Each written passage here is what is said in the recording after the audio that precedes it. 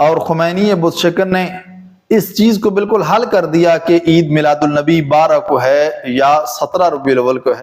اعوذ باللہ من الشیطان الرجیم، بسم اللہ الرحمن الرحیم۔ عید میلاد النبی 12 ربیع الاول کو ہے یا 17 ربیع الاول کو ہے۔ ربیع الاول کا مہینہ رحمتوں اور برکتوں والا مہینہ، وہ مہینہ جس مہینے میں خداوند کریم نے اپنے محبوب کو بھیجا اور پھر فرماتا ہے لولاک لما خلقت الافلاک، اے حبیب اگر میں تجھے خلق نہ کرتا دنیا کی کوئی شے خلق نہ کرتا۔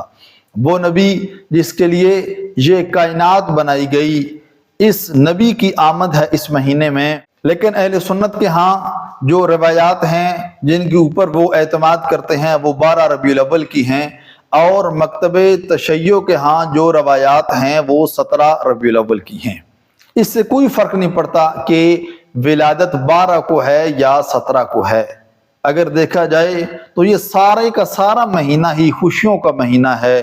اس مہینے میں خداوند کریم نے جب اپنے نبی کو بھیجا ہے تو ہمارے لیے مسرت، ہمارے لیے خوشی کا دن ہے۔ اور خمینی بت شکن نے اس چیز کو بالکل حل کر دیا کہ عید میلاد النبی 12 کو ہے یا 17 ربیع الاول کو ہے۔ انہوں نے فرمایا کہ یہ پورے کا پورا ہفتہ 12 ربیع الاول سے لے کر 17 ربیع الاول تک اس کو ہفتہ وحدت کے نام سے منایا جائے، یعنی سنی اور شیعہ کی تفریق نہ کی جائے، بلکہ چاہے سنی ہے چاہے شیعہ ہے اس کو اس عنوان سے منائے کہ یہ پورے کا پورا ہفتہ عید میلاد النبی کا ہفتہ ہے۔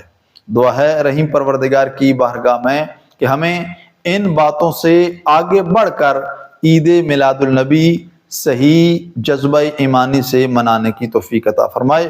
والسلام علیکم ورحمۃ اللہ وبرکاتہ۔